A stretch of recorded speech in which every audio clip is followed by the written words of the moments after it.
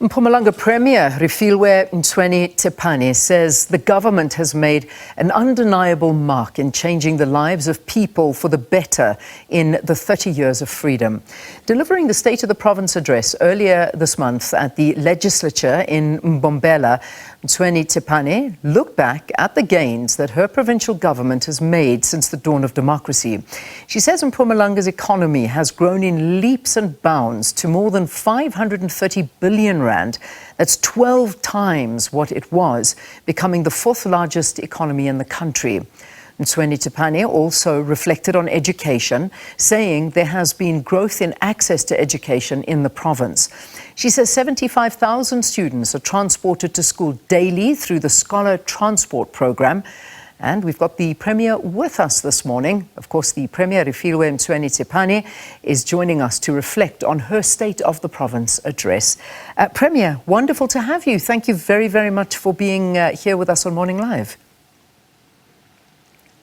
No, thank you very much, Leanne, and good morning to the listeners at home, and thank you for inviting me to the studio. It's an absolute pleasure. We've been inviting all of the premiers just to get an idea of the state of the provinces, and Mpumalanga now under the spotlight. So I've given a basic outline of some of the highlights, and you did emphasize some of the highlights over the 30 years that have been achieved by your government in Mpumalanga, and there are some really great points that you have highlighted.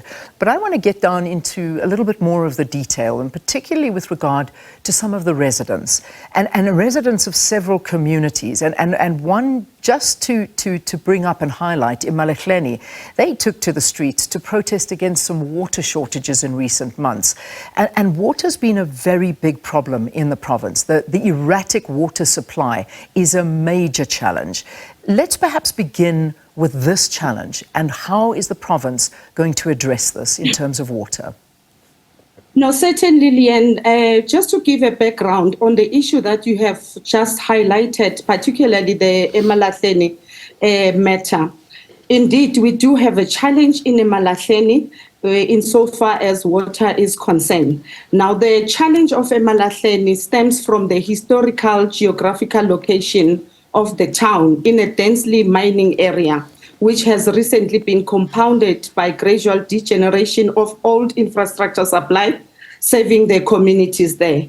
Now, about 380 kilometer network is made out of the asbestos cement pipes, which are currently in use, that requires immediate replacement. And the main Witbank water treatment plant, coupled with distribution reservoirs, that will cost nothing less than 3 billion in total for us to fix this problem. However, we must indicate that we have already intervened in the space. As we speak, we are there working very closely with the municipality, the district municipality, and also the DWS has joined in to say, how do we arrest the challenge that is seized by the community of Mpumalanga, which, by the way, I'm one of them. Now, where we have responded in a number of ways.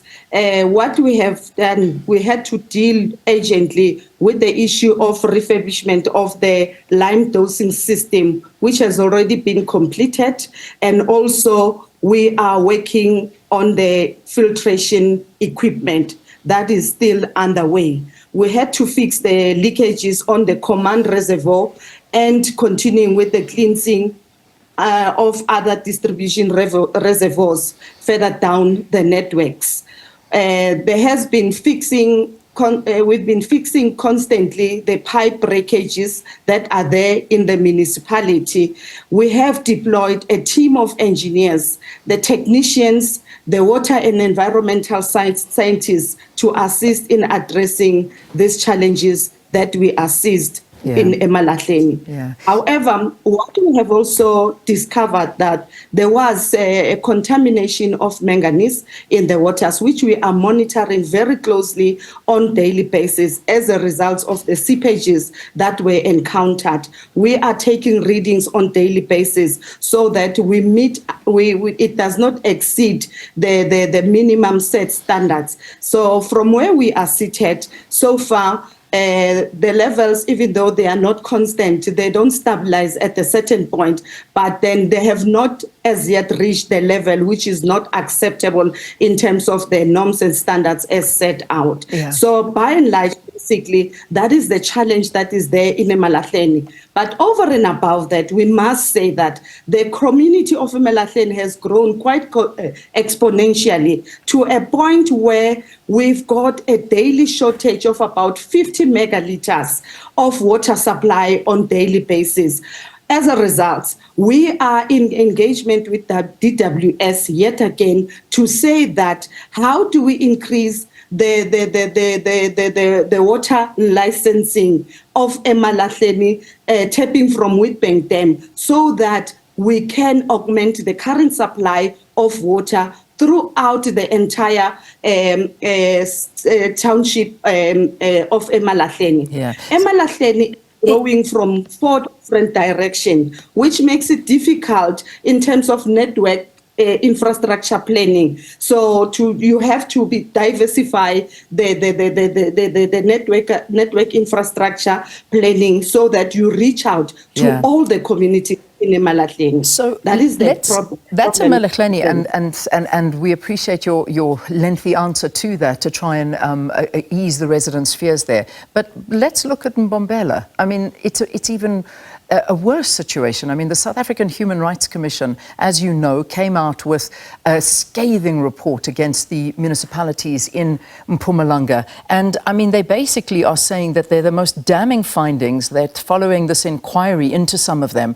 And this all came when 17 local and 3 district municipalities, as well as relevant government-made departments, and they came out and they were just saying that it is a gross human rights violation as to what is happening in so many of the different villages and municipalities in Mpumalanga. I mean, I'm busy looking at Ground Up that are saying the municipality in Mbombela, several villages in this municipality have had inconsistent water supply for years. Some households say they've had no running water for 15 years. So as much as you may praise the 30 years, 15 years, there's not a drop running out of a tap. And this is another municipality. And this is a very scathing report from the SA Human Rights Commission. Leanne, I think I must start off by indicating that, yes, we must acknowledge that we still have challenges of water supply around Ehlanzeni district in total, Mbombela municipality being one of those municipalities which are affected. Now, as a province, the challenge in the main around that area, they don't have a dedicated catchment plant, which will then assist in terms of the supply of water. What we have done there again, we are doing the feasibility to abstract water from the Crocodile River so that we can supply the entire population of Mbombela municipality with water in that area. However, be that as it may, Leanne, we want to indicate that at least not less than 77% of the population of Mbombela municipality has access to water through various means in which we have designed. Some of them are being provided water through the boreholing system, some of them as a short-term relief method through water tanking. But we have already laid the infrastructure network, which is there. But we do have the water catchment called Inyaka Dam from Bushbuck Ridge, of which Mbombela municipality is tapping about 8 megaliters per day to supply the worst affected areas around Hazelview, coming down to White River, precisely to address that issue that is before us. However, we want to indicate, Leanne, that there are quite a number of projects insofar as water is concerned in Mbombela that are happening. We are busy installing the new raw water pumps in Hazyview, and also to upgrade the SABC bulk supply line, which all those things will see us augmenting the water supply. In Komazi, we are busy with the refurbishment of the building of the 3 copies regional bulk supply water, which we are about to commission, and also the Sibange bulk water scheme. Once all those projects, we will be finishing around April, one of which is already completed.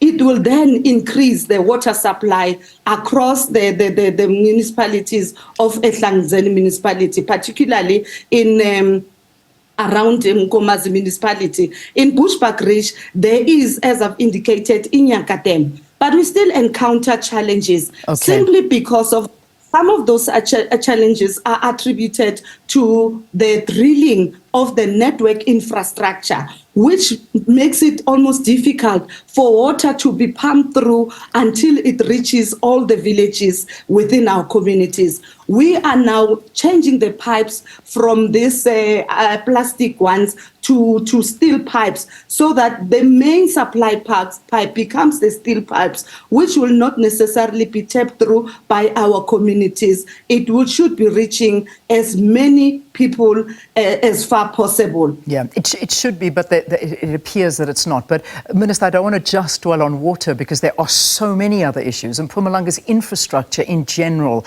has been highlighted as being in a terrible condition. For instance, let's just take opposition parties who are obviously looking very closely at what you're doing. I mean, the Freedom Front Plus is just one of those that has raised concerns that surplus in the budget is used to fund failed projects instead of upgrading and repairing roads, sewage systems, other decaying infrastructure as well. The Auditor General also putting out scathing remarks with regard to the budget and the spending and the state of many of those reporting in your district. I mean, what is your reaction to this? Well, Leon, I wouldn't say that there are failed projects in Mpumalanga. Why? I'll tell you why I'm saying that. Projects in Mpumalanga, some of them are done through the multi-year because of the insufficient funding within our revenue. Therefore, it's almost impossible to tackle one project and finish it off within a year, given that some of them, they amount to billions of rand. It would be difficult for us, given the fiscus that is before us, to complete those projects within a one-year period. Hence, I'm saying that we are continuing with construction. Everything that we have started, we have completed some of those projects, and some of them, they are nearing the completion stage, and therefore there isn't any fake project in Mpumalanga. As we are speaking, Leanne, we want to indicate just in this sixth administration, we've already completed a total of about 3,762 projects for education and health services as well. We have built about 21 new schools. We've upgraded about 283 schools, and 6 new boarding schools were constructed in the province. And out of those, 2 of them were seized within this current financial year, of which is the boarding school, one of them, it's the one that they've spoken to. We are ready to hand over that boarding school to the community of Mkondo. And therefore, there isn't any failed project at this point in time. We've constructed about 1,228 sanitation and ablution facilities across the province. We've also done about 1,766 rehabilitation and renovation and repairs and maintenance projects across our schools and our healthcare facilities. We've built about 303 health facilities, of which 3 of them are new hospitals, 57 of them are new clinics and community health centers. We've upgraded about 70 health facilities and renovated 173 hospitals. Okay, so let's just move on to some concerns from viewers. I know there's so much to get through in such a short amount of time. So let me put up this question that was sent to us by Nkosepayo Vilikazi saying Mpumalanga has a lot of rural areas that are not taken care of, mainly around Mkondo and Msukalingwa municipality. I know areas that still get water from the river. They've never had electricity. How is the Premier aiming to address those issues? When will those people be seen and heard? Well, hopefully this is getting you seen and heard in terms of asking the Premier directly. So, Premier, if you can perhaps maybe just reflect on that. Another question, well, let's reflect on that. If you can very quickly just talk to us about these two municipalities, then we'll move on to the next ones.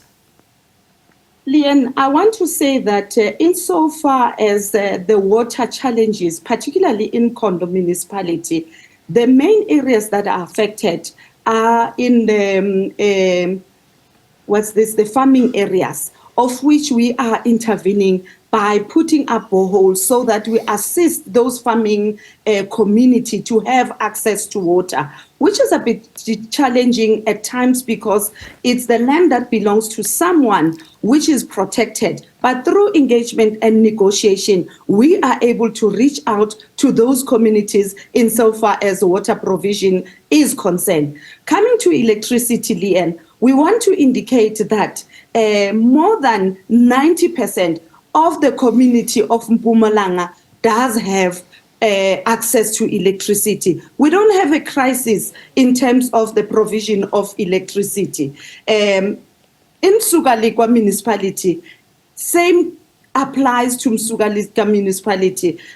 More or less the challenges are the same and they are being attended through various schemes that we are engaged in making sure that we do give provision for water in those municipalities. Mm-hmm. We want to indicate again that we are busy upgrading the Phumula outfall sewer pipeline in Kharsibande, which those municipality belongs to Kharsibande. We are also working on upgrading the Mpuluzi bulk water supply around Kharsibande and rehabilitating the Volkras 2 megaliter reservoir. Okay. Those are some amongst the projects that we are doing precisely to unlock the issue of water challenges in the municipality. All right. Once complete this project, we'll see about 32,224 households benefiting through these schemes. All right. We are hard at work to make sure that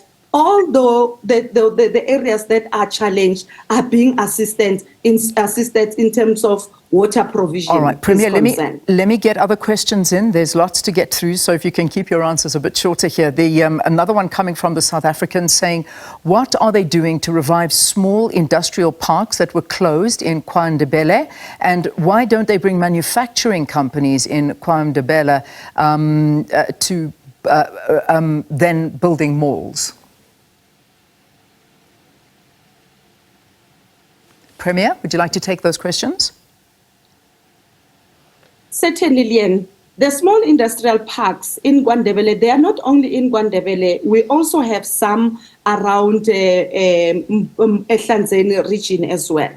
We are busy resuscitating those small industrial parks. As we speak, we have also put them into use. There are quite a number of small business entrepreneurs within Mpumalanga where they are being housed in those small industrial parks so that they can do their work.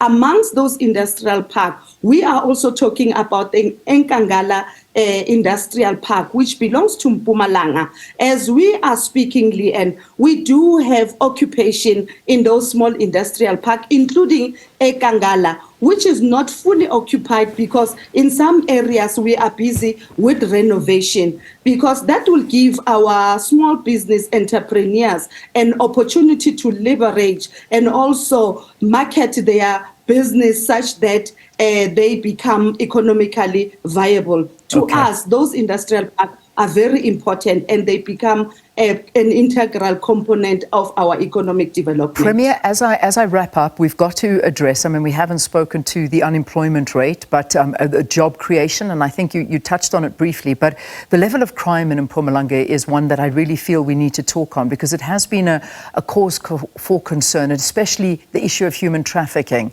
And this is one particularly between the borders of the province and Mozambique, as well as gender-based violence. What is the focus on combating this particular area in your province? And Leanne, to add on what you've just said, it's not only human trafficking, but we do have ukutwalwa and the mutilation of children, which is a concern to us.